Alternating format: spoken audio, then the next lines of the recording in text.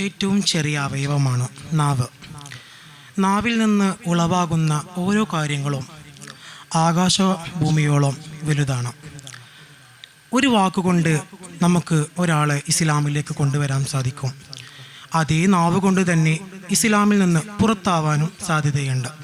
പറഞ്ഞു വരുന്നത്, ഒരു നാവ് കൊണ്ട് ഒരാൾക്ക് സ്വർഗത്തിൽ പ്രവേശിക്കാനും അതേ നാവ് കൊണ്ട് ഒരാൾ നരകത്തിൽ പ്രവേശിക്കാനും സാധ്യതയുണ്ട് എന്നാണ്. അതുകൊണ്ട് തന്നെയാണ് ഇമാം ഖസാലി റഹിമഹുള്ളയെ പോലത്തെ ഒട്ടേറെ പണ്ഡിതന്മാർ നാവിനെക്കുറിച്ച് അവരുടെ കിതാബുകളിൽ രേഖപ്പെടുത്തിയിട്ടുണ്ട്.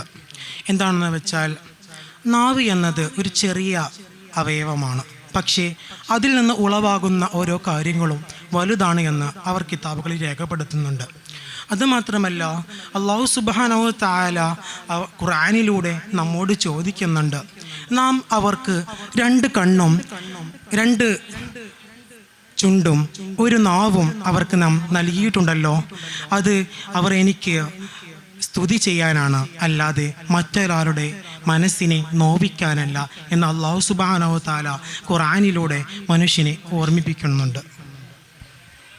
നാഥന്റെ കടാക്ഷമിൽ കനിഞ്ഞൊരു വരദാനം നാവതിൽ കടിഞ്ഞാണിട്ടിടണേ. നാഥന്റെ കടാക്ഷമിൽ കനിഞ്ഞൊരു വരദാനം നാവതിൽ കടിഞ്ഞാണിട്ടിടണേ. ജസദിൽ ചെറിയതും ഫസാദിൽ അമരത്തും വാണിടുന്ന ഒരു വില്ലനല്ലേ. ജസദിൽ ചെറുതും ഫസാദിൽ അമരത്തും വാണിടുന്ന ഒരു വില്ലനല്ലേ. നാഥന്റെ കടാക്ഷമിൽ കനിഞ്ഞൊരു വരദാനം നാവതിൽ കടിഞ്ഞാണിട്ടിടണേ. നാം ഓരോരുത്തരും ഒരു വാക്ക് സംസാരിക്കുമ്പോൾ ആ ഒരു സന്ദർഭത്തിൽ, ആ ഒരു നിമിഷത്തിൽ നാം ഏവരും ചിന്തിക്കേണ്ട ഒരു പ്രധാനപ്പെട്ട കാര്യമുണ്ട്. നമ്മുടെ ഓരോ വാക്കുകളും ഓരോ സംസാരങ്ങളും നമ്മെ നിരീക്ഷിക്കുന്ന ക്യാമറകൾ, നമ്മെ എപ്പോഴും നോക്കിക്കൊണ്ടിരിക്കുന്ന ഒരു ക്യാമറയെക്കുറിച്ച് നാം ഏവരും ചിന്തിച്ചിട്ടുണ്ടോ?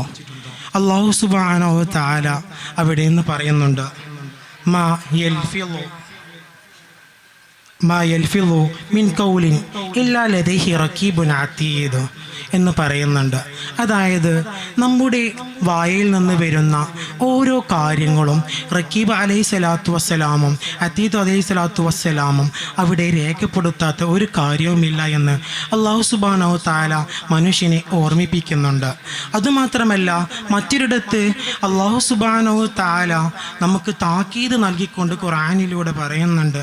എന്താണെന്ന് വെച്ചാൽ, പരദൂഷണം പറയുന്നവരും മറ്റൊരാളെ കുത്തിപ്പറയുന്നവർ ഓരോരുത്തരും നാശമാണ് എന്ന് അല്ലാഹു സുബ്ഹാനഹു തആല നമ്മോട് ഓർമ്മപ്പെടുത്തുന്നുണ്ട്. അതുമാത്രമല്ല, നാം ഓരോരുത്തരും കൂടി ജീവിക്കുമ്പോൾ, നമ്മളെല്ലാവരും ഒത്തുചെരുമിച്ച് ജീവിക്കുന്ന സമയത്ത് നമുക്കെല്ലാവർക്കും അനുഭവമുള്ള കാര്യമാണ് മറ്റൊരാളെ കളിയാക്കുക, പരിഹസിക്കുക എന്നത്. അത് അയാളുടെ മനസ്സിൽ ഏത് രീതിയിലാണ് വേദനിച്ചിട്ടുള്ളത് എന്ന് നാം ചിന്തിക്കേണ്ടതുണ്ട്. പക്ഷേ ഒരാളെ നാം മനസ്സ് വേദനിപ്പിക്കുമ്പോൾ അല്ലാഹു സുബ്ഹാനഹു തആലയുടെ അടുക്കൽ അത് വലിയൊരു ശിക്ഷയായിട്ടാണ് രേഖപ്പെടുത്തുന്നത് എന്ന് നാം ഏവരും ചിന്തിക്കേണ്ടതുണ്ട്. അതുമാത്രമല്ല, ദശലക്ഷക്കണക്കിന് ഹദീസുകൾ റിപ്പോർട്ട് ചെയ്തതും മനഃപ്പാഠമാക്കിയ ഇമാം ബുഖാരി റഹിമഹുള്ളയുടെ ഒരു ചരിത്ര പഠനം നമുക്കിതിൽ വളരെയധികം പ്രധാനമാണ്. ഞാനത് പറയാം. ഒരിക്കൽ ഇമാം ബുഖാരി റഹിമഹുള്ളയോട് ഒരാൾ ചോദിക്കുകയുണ്ടായി. എന്താണെന്നറിയോ ആ ചോദിക്കാനുള്ള കാരണം? ഇമാം ബുഖാരി റഹിമഹുള്ളയുടെ ഒരു പ്രത്യേകതയാണ്, ആരെയും ആക്ഷേപിക്കാതെ, ആരുടെയും മനസ്സിനെ വേദനിപ്പിക്കാതെ നല്ല രീതിയിൽ ജീവിതം മുന്നോട്ട് കൊണ്ടുപോയിരുന്ന ഒരു പ്രധാനപ്പെട്ട ആളാണ് ഇമാം ബുഖാരി റഹിമഹുള്ള. അദ്ദേഹത്തോട് ഒരാളോട് ചോദിക്കുകയാണ്, നിങ്ങൾ എന്താണ് ആരെയും വേദനിപ്പിക്കാതെ ഇങ്ങനെ നിങ്ങളുടെ സംസാരത്തെ മിണ്ടാതിരുന്നു കൊണ്ട് അതിനെ മോക്ഷമാക്കിക്കൊണ്ട് എങ്ങനെയാണ് താങ്കൾ ജീവിക്കുന്നത് എന്ന്, ഇതിനുള്ള കാരണം എന്താണെന്ന് ഇമാം ബുഖാരി റഹിമഹുള്ള റഹിമഹുള്ളയോട് ഒരാൾ ചോദിക്കുമ്പോൾ ഇമാം ബുഖാരി റഹിമഹുള്ള അവിടെ നിന്ന് പറയുന്നുണ്ട്, ഞാൻ നാവ് കൊണ്ട് ഒരാളെ പരിഹസിക്കുന്നതിൻ്റെ ഗൗരവം അറിഞ്ഞതിന് ശേഷം ഞാൻ ഇതുവരെ ഒരാളെയും പരിഹസിച്ചിട്ടില്ല. അതുമാത്രമല്ല, എൻ്റെ ജീവിതത്തിൽ ഇതുവരേക്കും ഞാൻ ഒരാളെ പരിഹസിക്കുന്ന സാഹചര്യം വന്നിട്ട് പോലും ഞാനത് കണ്ണു നടിക്കാതെ അവിടെ നിന്ന് മാറി നിന്നിട്ടുണ്ട് എന്ന് ഇമാം ബുഖാരി റഹിമഹുള്ള പറഞ്ഞിട്ടുണ്ട്. നാവ് കൊണ്ട് ഒരാളെ പരിഹസിച്ചാൽ അവൻക്കുള്ള ശിക്ഷ എന്ന് പറയുന്നത് അവൻ്റെ അമലുകളെല്ലാം മറ്റൊരാളിലേക്ക് മാറ്റപ്പെടുന്നതാണ്.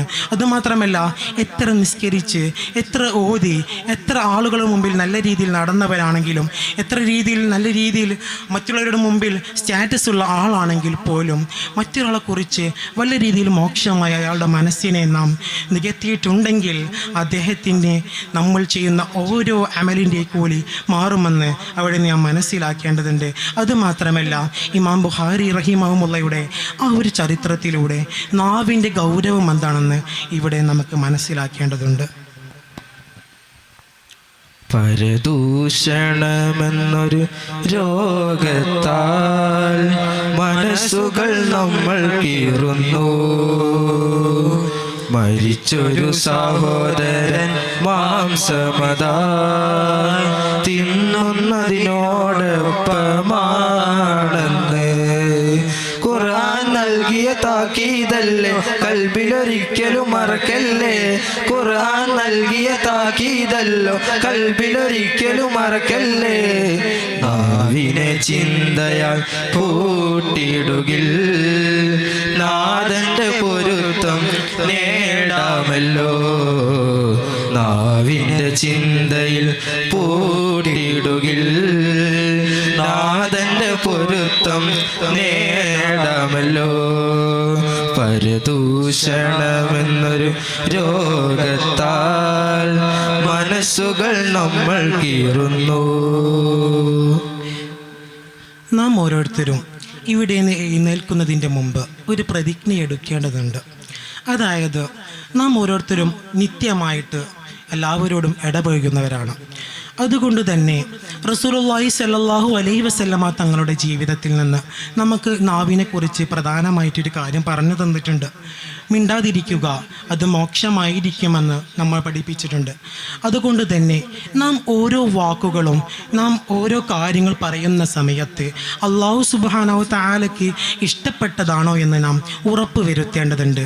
അതുമാത്രമല്ല, നാം ഒരാളോട് ഇടപഴകുന്ന സമയത്ത്, സമ്പർക്കങ്ങൾ ഉണ്ടാകുന്ന സമയത്ത് മറ്റൊരാളുടെ മനസ്സിനെ വേദനിപ്പിക്കുന്ന രീതിയിലോ പരിഹസിപ്പിക്കുന്ന രീതിയിലോ ഏതെങ്കിലും ഒരു രീതിയിൽ നമ്മുടെ കയ്യിൽ നിന്ന് ഉണ്ടാകാതെ നോക്കേണ്ടത് നാം ഓരോരുത്തരുടെയും ബാധ്യതയാണെന്ന് നാം ചിന്തിക്കേണ്ടതുണ്ട്.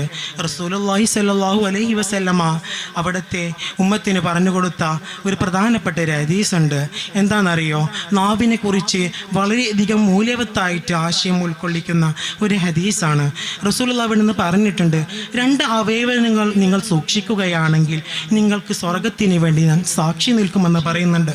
അതിൽ പ്രധാനപ്പെട്ട ഒരു അവയവമാണ് നാവ് എന്നത്. അതുമാത്രമല്ല, റസൂലുള്ളാഹി സ്വല്ലല്ലാഹു അലൈഹി വസല്ലമ തങ്ങൾ ഇസ്രാ മിഅ്റാജ് യാത്ര ചെയ്യുന്ന പ്രയാണം ചെയ്യുന്ന സമയത്ത് നരകത്തിനെ കാണിച്ചു കൊടുത്തപ്പോൾ നരകത്തിൽ അവിടെ നിന്ന് കണ്ട ആളുകൾ സ്ത്രീകളായിരുന്നു കൂടുതലായി അവിടെ നിന്ന് കണ്ടിരുന്നത്. ആ നിമിഷത്തിൽ റസൂലുള്ളാഹി സ്വല്ലല്ലാഹു അലൈഹി വസല്ലമ തങ്ങൾ അവിടെ നിന്ന് ചോദിക്കുന്നുണ്ട്, എന്താണ് നരകത്തിൽ കൂടുതൽ സ്ത്രീകളെന്ന്. അവിടെ നിന്ന് ജിബ്രീൽ അലൈഹി സ്വലാത്തു വസ്സലാമ റസൂലുള്ളാഹിനോട് പറഞ്ഞു കൊടുക്കുന്നുണ്ട്. എന്താ അതിൻ്റെ കാരണം? സ്ത്രീകൾ കൂടുതൽ നരകത്തിലാവാനുള്ള ഒരു കാരണം എന്താണെന്ന് വെച്ചാൽ അവർ ഭർത്താക്കന്മാരോടുള്ള ഒരു ഇടപെടൽ. കാരണം ഭർത്താക്കന്മാർ അവരോട് ഏത് രീതിയിലും കരുതിയാലും ഏതെങ്കിലും ഒരു നിമിഷത്തിൽ അവരുടെ മനസ്സിൽ നിന്ന് വല്ല കാര്യങ്ങളും മറന്നുകൊണ്ട് അവർ പ്രവർത്തിച്ചു പോയാൽ സ്ത്രീകൾ ഭർത്താക്കന്മാരെ ഒന്നടങ്കം ആക്ഷേപിച്ചുകൊണ്ട് അവരോട് സംസാരിക്കാറുണ്ട്. അത് ഭർത്താക്കന്മാരുടെ മനസ്സിൽ ഏത് രീതിയിലാണ് ആവുന്നതെന്ന് നാം ചിന്തിക്കേണ്ടതുണ്ട്.